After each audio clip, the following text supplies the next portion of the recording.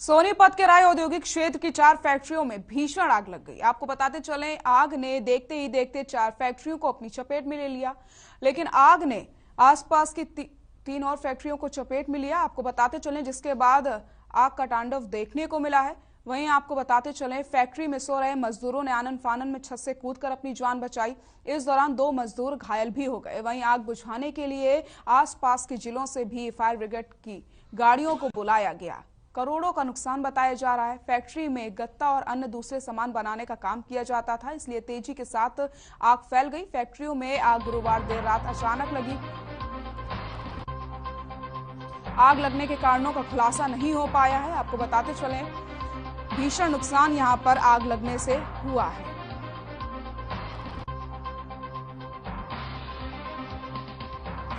राय औद्योगिक क्षेत्र की 4 फैक्ट्रियों में आग का तांडव देखने को मिला। फैक्ट्री में सो रहे मजदूरों ने छत से कूदकर अपनी जान बचाई। आग बुझाने में जुटी दमकल विभाग की कई गाड़ियां। आपको बताते चले, कुंडली, राय, गन्नौर की ये फैक्ट्रियां हैं। तस्वीरें भी आपको हम दिखा रहे हैं, एक्सक्लूसिव तस्वीरें आपकी टीवी स्क्रीन पर।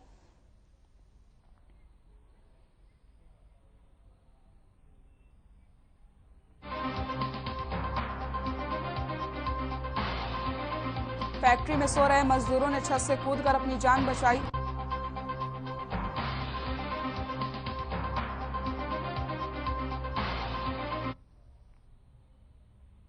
देश में बढ़ते ओमिक्रॉन और कोरोना के बढ़ते मामलों को लेकर के अब चंडीगढ़ प्रशासन एक्शन मोड में नजर आ रहा है। चंडीगढ़ प्रशासन 1 जनवरी से लागू होने वाले कोविड नियमों को 31 दिसंबर से लागू कर दिया है। आपको बताते चले, चंडीगढ़ में किसी भी पब्लिक प्लेस पर सिर्फ डबल वैक्सीनेटेड लोगों की ही एंट्री दी जाएगी। साथ ही साथ चंडीगढ़ में नए साल पर जश्न मनाने वालों को भी सावधान रहने की जरूरत है। बिना डबल वैक्सीनेटेड लोगों को चंडीगढ़ में एंट्री नहीं मिलेगी। वहीं जो भी लोग कोविड गाइडलाइंस का उल्लंघन करने वालों के खिलाफ कार्रवाई की जाएगी और उनसे भारी भरकम जुर्माना भी वसूला जा सकता है।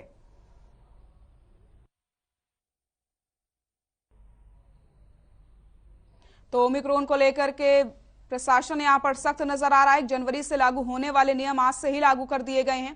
पब्लिक प्लेस में डबल वैक्सीनेटेड वाले लोगों को ही एंट्री दी जाएगी। चंडीगढ़ में एंट्री को लेकर के नए नियम लागू कर दिए गए हैं। आपको बताते चलें, जिन्होंने डबल डोज की वैक्सीन लगवाई उन्हें ही सिर्फ एंट्री मिलेगी। ओमिक्रॉन को लेकर के प्रशासन सख्त नजर आ रहा है। तो वहीं आपको बताते चलें, जो भी नियमों का उल्लंघन करेगा भारी भरकम जुर्माना भी वसूला जाएगा।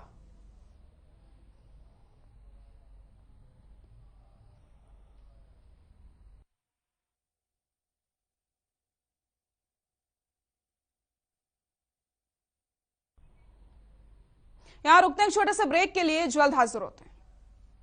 ब्रेक के बाद एक बार फिर से आप सभी का स्वागत है। रुक करते हैं खबरों का। यमुनानगर शहर की दशमेश कॉलोनी में देर शाम वाल्मीकि नेता राजेंद्र वाल्मीकि के बेटे को बाइक सवार 2 युवकों ने गोली मार दी, जिससे वो गंभीर रूप से घायल हो जाता है, जिसे निजी अस्पताल में भर्ती करवाया गया। राजेंद्र वाल्मीकि ने बताया कि उनका बेटा अपने एक दोस्त के साथ घर से किसी काम के लिए निकला था और इसी दौरान दशमेश कॉलोनी के पास बाइक सवार 2 युवकों ने उनके बेटे पर फायरिंग कर दी, जिससे उसे पेट में 2 गोलियां लगी, जिसके बाद वो बाइक से नीचे गिर गया। उसके दोस्त ने अस्पताल पहुंचवाया, जहां उसकी हालत गंभीर बनी हुई। आपको बताते चले, राजेंद्र वाल्मीकि के बड़े बेटे की पिछले साल जुला जेल में संदिग्ध परिस्थितियों में मौत हो गई थी।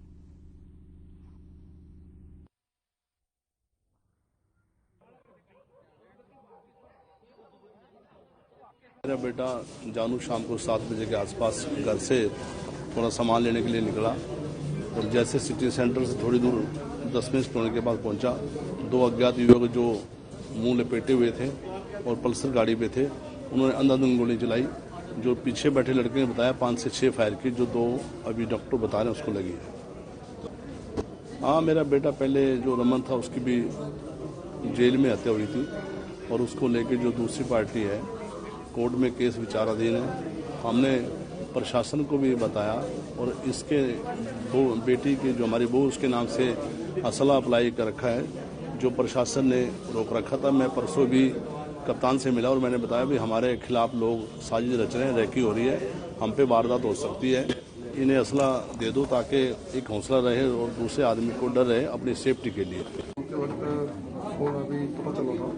ये एक दशमेश कॉलोनी में ये गोली चली है, तो मौके पे गए थे, तो वहाँ से 2 लड़के को गोली लगी है। उसका नाम अपना जानू नाम का लड़का है और अपना नगर चुना बटी रहता है। अभी हॉस्पिटल में आए हैं तो उनका अभी उन्होंने बयान नहीं दिया। जैसे वो बयान देंगे उस हिसाब से हम कार्रवाई की जाएगी। कुछ हम देख रहे हैं, अभी फुटेज वगैरह देख रहे हैं, सारा कुछ आगे कैमरे देखेंगे, जैसे भी कार्रवाई होगी। दोनों भाई काम जा रहे थे कोई वहाँ पर, हम खालसा कॉलेज पे पहुंचे। हमारे साथ पता नहीं क्या बाइक थी, पता नहीं, हमें नहीं पता क्या थी। उन्होंने हमारे वेपन काटे, वेपन चलाना शुरू कर दिया। गोली दो भाई के लगी, साथ लगी तो दो, जैसे हम गिरे तो उन्होंने 2-3 फायर और मारे हमारे ऊपर। फिर हम उधर से उठ के भागे तो उन्होंने हमारे पीछे लग के 10 कॉलोनी के ऊपर भी फायर मारे थी 2-3। क्या कुछ वेपन था उनके पास? यही नहीं हमें पता। हम 2 थे, भाई चला रहे थे, मैं पीछे बैठा था। आपको कितने फायर पे थे? हाँ, वो भी पता नहीं बाइक पे थे या नहीं, मुझे पता। आप एकदम वो हो गए थे, भाई के गोली लगी थी। आप पता दिमाग ये पेट में लगी है।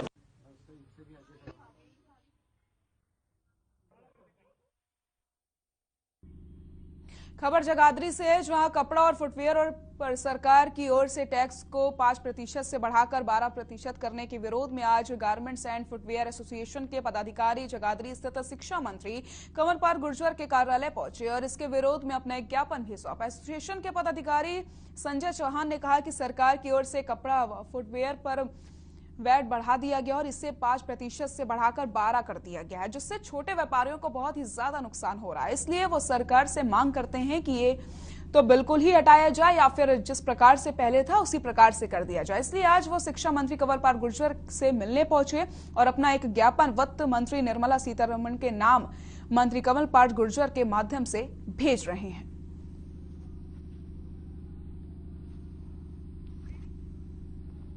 तो शिक्षा मंत्री को ज्ञापन सौंपा गया है। टैक्स बढ़ने पर लगातार विरोध यहां पर किया जा रहा था और आज जगाधरी में शिक्षा मंत्री से मिलने पहुंचे फुटवेयर एसोसिएशन के लोग, जिन पर उन्होंने आपको बताते चले ज्ञापन सौंपा है। कपड़ा फुटवेयर पर जो टैक्स बढ़ाया गया था, इसको लेकर के लगातार विरोध प्रदर्शन किया जा रहा था।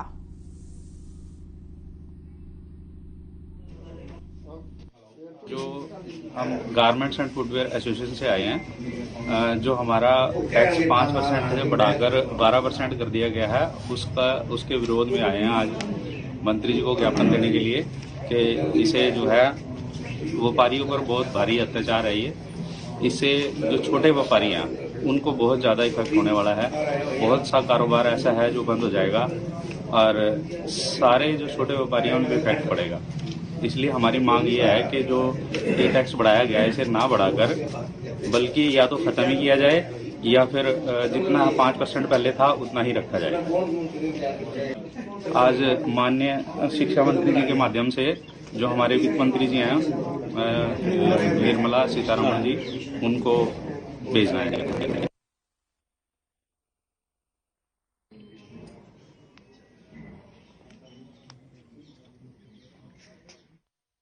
गुरुग्राम के सेक्टर 9 से है, जहां पेट्रोल और डीजल की चोरी की वारदातें दिन प्रतिदिन बढ़ती जा रही हैं। एक हफ्ते में 2 बार गलियों में खड़ी मोटरसाइकिल से पेट्रोल निकाला गया। 30 दिसंबर और 20 दिसंबर को युवकों के गिरोह ने वाहनों से पेट्रोल चोरी करने की वारदातों को अंजाम दिया।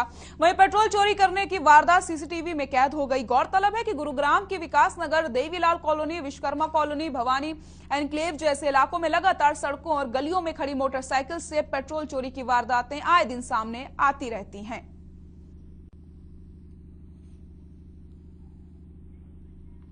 तो सीसीटीवी में कैद हुई है चोरी की वारदात। तस्वीरें आप देख सकते हैं। लगातार गुरुग्राम से इस तरीके की खबरें सामने आ रही हैं, जहां पर चोर चोरी की वारदातों को अंजाम देते नजर आ रहे हैं और लगातार सीसीटीवी फुटेज भी सामने आ रहे हैं। लेकिन अभी तक प्रशासन की तरफ से कोई कार्रवाई नहीं की गई है। पेट्रोल चोरी किया जाता है खड़े हुए वाहनों से।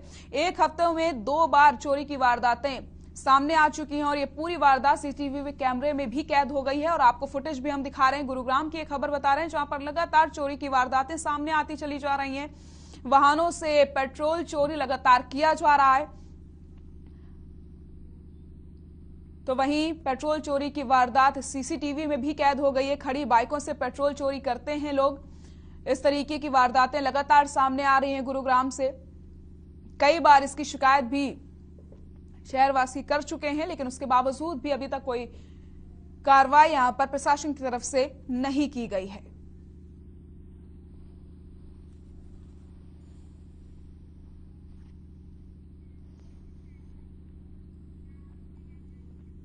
पंडरी में फिर यूरिया खाद के लिए खूब मारामारी देखी गई है। वहीं किसान दिन भर यूरिया खाद लेने के लिए लंबी लाइन में लगे रहे और उन्हें केवल 500 कट्टे ही खाद बांटा गया, जबकि किसानों को लगभग 30,000 यूरिया खाद के कट्टों की जरूरत है। आपको बताते चले, किसान सुबह से ही लाइनों में लगे रहे और शाम तक कुछ लोगों को ही यूरिया की खाद मिल पाई।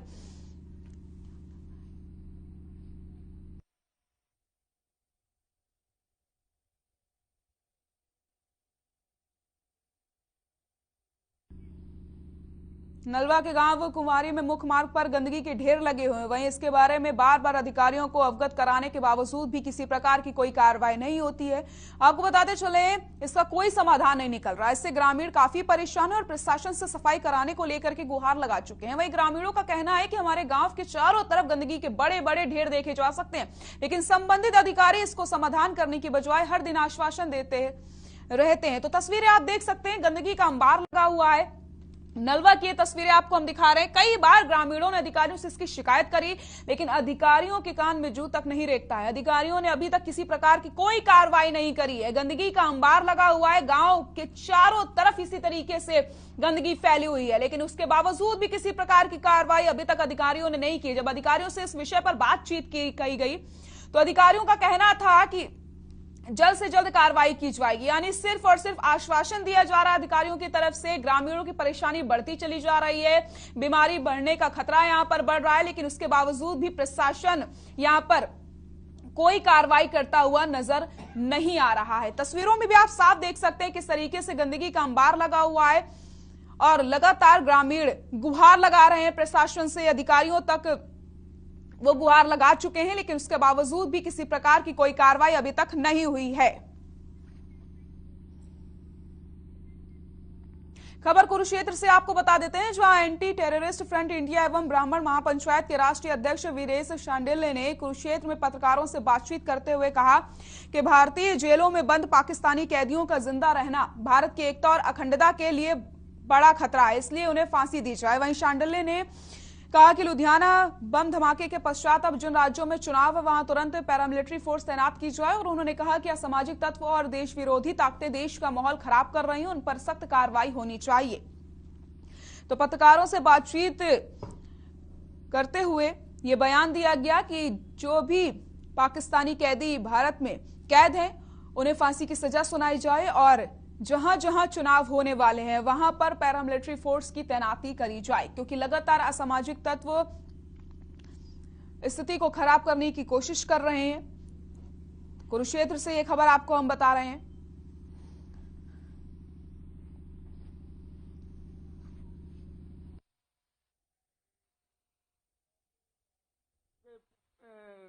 व्यक्ति नहीं हो सकते, वो हिंदुस्तान की सेना से प्यार करने वाले व्यक्ति नहीं हो सकते। ऐसे में जो है उन्हें पाकिस्तान में चला जाना चाहिए, बेहतरी यही होगी ऐसे लोगों के लिए।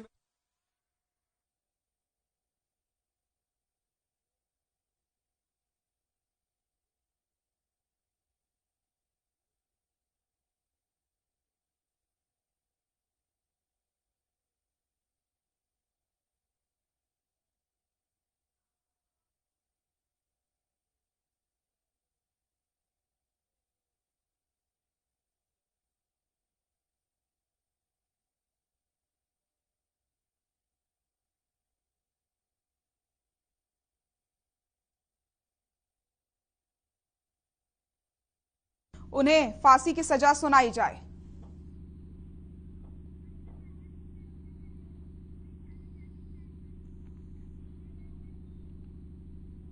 फरीदाबाद से खबर आपको बता देते हैं। फरीदाबाद में गुरुवार देर रात अचानक एक कार में आग लग जाती है। हालांकि आग लगने के कुछ देर बाद ही आग पर काबू पा लिया गया। वहीं एक कार में लगी आग की चपेट में आपको बताते चले साइड में खड़ी कार भी आ जाती है। वहीं आग लगने की सूचना पर स्थानीय पुलिस भी मौके पर पहुंच गई। फिलहाल पुलिस भी कार में आग लगने के कारणों का पता लगाने की कोशिश कर रही। तस्वीरें देख सकते हैं आप, भीषण आग लग जाती है एक कार में और कार के पास खड़ी एक और कार आग की चपेट में भी आ जाती है। फिलहाल पुलिस इस बात की सूचना निकाल रही कि आखिरकार कार में आग कैसे लगी। तो खड़ी कार में अचानक से आग लग जाती है। फरीदाबाद की खबर आपको बता रहे हैं, जहां पर तस्वीरें भी आपको हम दिखा रहे हैं। पुलिस इस बात का पता लगाने की लगातार कोशिश कर रही है कि आखिरकार अचानक से आग कैसे लगी। और जैसे ही कार में आग लगती है, पास में खड़ी एक और कार इसकी चपेट में आ जाती है। तस्वीरें आप देख सकते हैं, आग लगने से पूरी कार जल गई है और मौके पर स्थानीय पुलिस भी पहुंच गई, जहां पर जांच पड़ताल पूरी तरीके से अब करी जा रही है कि आखिरकार आग किस वजह से लगी है। फरीदाबाद से एक खबर आपको हम बता रहे हैं।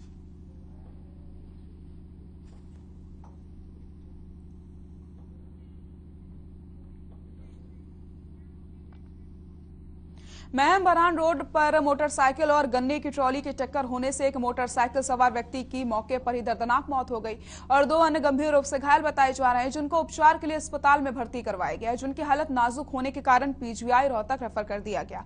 वहीं इस घटना की सूचना राहगीरों ने पुलिस को दी। घटनास्थल पर पहुंची पुलिस ने एम्बुलेंस की सहायता से घायलों को अस्पताल में भर्ती करवाया और इसकी जानकारी मृतक के परिजनों को दे दी गई। वहीं इस घटना से गांव में मातम का माहौल बन गया है। आपको बताते चले, मोटरसाइकिल सवार तीनों व्यक्ति महम के खेड़ी गांव के रूप में पहचान हुई है। गन्ने की ट्रॉली और बाइक में टक्कर हो जाती है, जिससे एक व्यक्ति की दर्दनाक मौत हो गई। 2 लोग गंभीर रूप से घायल बताए जा रहे हैं, जिन्हें अस्पताल में भर्ती करवाया गया है। और जैसे ही मौत की खबर परिजनों को मिलती है, परिजनों का रो रो करके बुरा हाल है। ग्रामीणों में मातम पसर गया है गांव में। तो महम से ये खबर आपको हम बता रहे हैं। बाइक सवार व्यक्ति की मौत हो जाती है। ट्रैक्टर ट्रॉली से टकराने से एक बाइक सवार व्यक्ति की मौत हो गई। मामला ये है जी, ये आ रहे थे बरान से काम करके। हाँ, बोरिंग का काम कर रहे हैं और आ रहे थे। ये देखो 4 ट्रेली जोड़ गए, मतलब ये जब खड़ी थी चल रही थी, वो हमने पता नहीं, वो भाई बताओगे जिन्हें चोट लग रही है। ठीक है, हमारे पास फोन आया कि भाई तुम्हारे ऐसे भाई का ऐसे वो एक्सीडेंट हो गया है। हाँ, तो हम आए हैं। एक तुम्हारा भाई यहाँ पे उनको एम्बुलेंस लेगी। इंजर्ड तो 2 को चोट लगी है। एक का नाम पवन है और एक का नाम विक्रम है। एक का पैर टूट रहा और एक का हाथ टूटा है। की ट्रॉली और बाइक में टक्कर हो जाने से एक व्यक्ति की दर्दनाक मौत हो जाती है। आपको बताते चले, 2 लोग गंभीर रूप से घायल बताए जा रहे हैं, जिन्हें अस्पताल में भर्ती करवाया गया है। महम से खबर आपको बता रहे हैं, गन्ने की ट्रॉली और बाइक में टक्कर हो गई। गांव में मातम पसर गया है जब से इस बात की जानकारी लोगों को मिली है। तो वहीं परिजनों का रो रो करके बुरा हाल है। गन्ने की ट्रॉली और बाइक में टक्कर हो जाने से एक व्यक्ति की दर्दनाक मौत हो गई।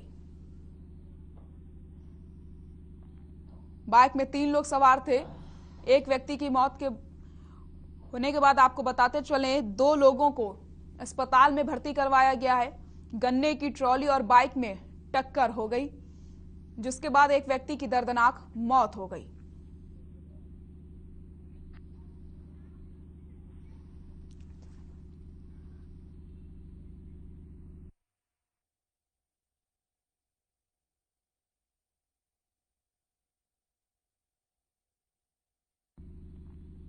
फरीदाबाद में पूर्व कैबिनेट मंत्री विपुल गोयल से खास बातचीत की है। हर खबर हरियाणा के चैनल हेड सुंदर सोलंकी ने इस बातचीत के दौरान पूर्व कैबिनेट मंत्री विपुल गोयल ने कैबिनेट विस्तार और उत्तराखंड चुनाव समेत कई मसलों पर खुलकर बातचीत की है। आपको दिखा देते हैं। बीजेपी के वरिष्ठ नेता और पूर्व कैबिनेट मंत्री विपुल गोयल हमारे साथ बातचीत के लिए मौजूद है। सर, स्वागत है आपका। सबसे पहला सवाल यही कि बड़ी जिम्मेवारी आपको मिली है उधम सिंह नगर में उत्तराखंड चुनाव में, इस तरह से चुनाव प्रभारी 9 विधानसभाओं को बनाया गया है, कितनी उम्मीद है आपको? भारतीय जनता पार्टी दोबारा उत्तराखंड के अंदर कमल खिलाने जा रही है और उधम सिंह नगर वहाँ पर 9 विधानसभाएं हैं, जिसमें खटीमा मुख्यमंत्री माननीय पुष्कर सिंह धामी जी की भी विधानसभा उसी के अंदर है और बहुत ही अच्छा वातावरण है। 24 सीटें जो तराई क्षेत्र की, जो मैदानी क्षेत्र की जो 24 सीटें थी, वो हरियाणा के कार्यकर्ताओं को दी गई हैं। उसके अंदर हमारे विधायक महिपाल ढांडा, संजय सिंह, पूर्व विधायक और वरिष्ठ कई कार्यकर्ता, संदीप जी वहाँ पर प्रभारी भी हैं। और चाहे हरिद्वार डिस्ट्रिक्ट हो, चाहे देहरादून हो और ये उधम सिंह नगर, ये डिस्ट्रिक्ट हरियाणा के कार्यकर्ताओं को दिए गए हैं। चाहे हम देहरादून के अंदर भी हमने जाना हुआ, हरिद्वार के अंदर भी जाना हुआ। मुझे लगता है कि माहौल ठीक है, बेटर है, क्योंकि कांग्रेस के पास ना तो कोई लीडरशिप है, ना ही वो हरीश रावत जिसको बोलते हैं वो अपने आप को कह रहे हैं। ये लीडर तो आपके पास भी नहीं दिखे ना सर। 3 लीडर बदल दिए आपने 5 साल में, 3 मुख्यमंत्री कर दिए। इसका ये कोई कम चुनौतीपूर्ण नहीं है। आपने देखा नहीं कि हमारे पास 1, 2, 3, 4, 5 सभी लोग हैं, कितनी पूरी की पूरी लिस्ट है, एक श्रेणी है नेताओं की, लेकिन वहां पर जो माननीय हरीश रावत जी हैं, जो अपने आप को कांग्रेस का लीडर या चेहरा बताते हैं, पार्टी नहीं, वो स्वयं कह रहे हैं कि मैं आने वाला मुख्यमंत्री मैं आऊंगा, पार्टी की तरफ से मैं चेहरा आऊंगा। तो इसलिए ऐसा कुछ नहीं है। पुष्कर सिंह धामी युवा चेहरा है, युवाओं के अंदर बहुत जोश है और युवाओं की एक्सेप्टेबिलिटी और उत्तराखंड की जनता की एक्सेप्टेबिलिटी उनके साथ है। और एक बहुत लंबी लकीर पिछले 5 साल के अंदर डेवलपमेंट की भारतीय जनता पार्टी ने उत्तराखंड के अंदर खींची है। तो मुझे लगता है कि कमल बिल्कुल एकदम फुल मेजॉरिटी के साथ उत्तराखंड के अंदर खेलने जा रहा है। एक और बात है सर, हरियाणा प्रदेश में अभी हाल ही में मंत्रिमंडल का विस्तार हुआ है, लेकिन अभी याचिका लग गई है हाई कोर्ट में कि 14 मंत्रियों का बनाना इलीगल है, ये कहिए कि कानूनी तौर पर सही नहीं है। देखिए, ये याचिकाएं लगती रहती हैं। पिछले मंत्रिमंडल में जिसमें मैं स्वयं था तभी भी 14 के ऊपर ऑब्जेक्शन हुआ था, याचिका लगाई गई थी, लेकिन माननीय उच्च न्यायालय ने उसे निरस्त किया। और इस तरीके का कोई बात नहीं, लीगली 14 लोग रह सकते हैं, इसमें कहीं किसी तरीके की दिक्कत नहीं है। विपुल गोयल जी कैसे देखते हैं इस मंत्रिमंडल विस्तार को, क्योंकि जिस तरह से कमल गुप्ता जी को बनाया गया, उधर जेजेपी की कोटे से एक बनाया गया, किस तरह से देखते हैं इसे? मैं भारतीय जनता पार्टी के केंद्रीय नेतृत्व को, माननीय नरेंद्र मोदी जी को और माननीय मनोहर लाल जी को मुबारकबाद दूंगा कि एक बहुत ही वरिष्ठ व्यक्ति को, जो भारतीय जनता पार्टी के कार्यकर्ता थे, उन्हें वैश्य समाज से इसकी जिम्मेदारी, कैबिनेट के अंदर जिम्मेदारी दी है। और जो जिस तरीके का भी जो कैबिनेट विस्तार हुआ है, पिछले जितने भी मंत्री थे उन सभी ने अच्छा काम, जैसा कि मुख्यमंत्री जी ने कल स्टेटमेंट भी दिया है, वो सेटिस्फाइड है। मैं समझता हूँ किसी भी सरकार और मंत्रियों के मुखिया, माननीय मुख्यमंत्री हैं, वो उन्होंने देखा भी सबके काम संतोषजनक है, अच्छे हैं, तभी उन्होंने, क्योंकि ये बिल्कुल 100% मुख्यमंत्री का कार्यक्षेत्र होता है, उन्हीं का डोमेन है कि वो किसको मंत्री बनाएं, किसको ना बनाएं, कितने मंत्री बनाएं। मैक्सिमम 14 बन सकते हैं, लेकिन उनमें से कितने बनाएं। तो इसलिए मैं समझता हूं कि बहुत ही अच्छा निर्णय। और जो जेजेपी ने भी युवा चेहरा बबली को अपना कैबिनेट के अंदर मनोनीत किया है, तो मैं समझता हूं कि बहुत ही अच्छा मंत्रिमंडल है। और वैश्य समाज की जो भागीदारी नहीं थी, वैश्य समाज के अंदर एक खुशी है और एक बहुत ही मैं कहता हूं कि बेदाग और बहुत ही सीनियर और बहुत ही काबिल व्यक्ति को वैश्य समाज से इस काम के लिए चुना है। लेकिन आप कह रहे हैं कि ये निर्णय लिया गया, लेकिन विज साहब कह रहे हैं कि इसकी आवश्यकता ही नहीं थी इस निर्णय की। देखिए, विज साहब हमारे वरिष्ठ नेता हैं, विज साहब का कोई भी मत हो सकता है। मैंने कहा ना कि ये जो कैबिनेट के अंदर काम कर रहे हैं, मुख्यमंत्री जी के साथ हैं, या जो काम चल रहा है, वो सब लोग देखते हैं भी क्या क्या वो है। लेकिन मैं समझता हूँ लीगली जहां तक तौर पर बात है, वहाँ कोई किसी तरीके की दिक्कत नहीं है। 14 लोग इस कैबिनेट के अंदर रह सकते हैं। विपुल गोयल जी का कहना है कि बीजेपी एक बार फिर उत्तराखंड में जीतेगी। और इसके अलावा बड़ी चीज ये है कि जैसे जिस तरह से सवाल उठ रहे हैं मंत्रिमंडल विस्तार को लेकर, उसमें कोई कानूनी अड़चन नहीं आएगी। कैमरामैन त्यागी के साथ सुंदर सोलंकी, हर खबर हरियाणा के लिए, फरीदाबाद से। बुलेटिन में फिलहाल के लिए इतना ही। नमस्कार।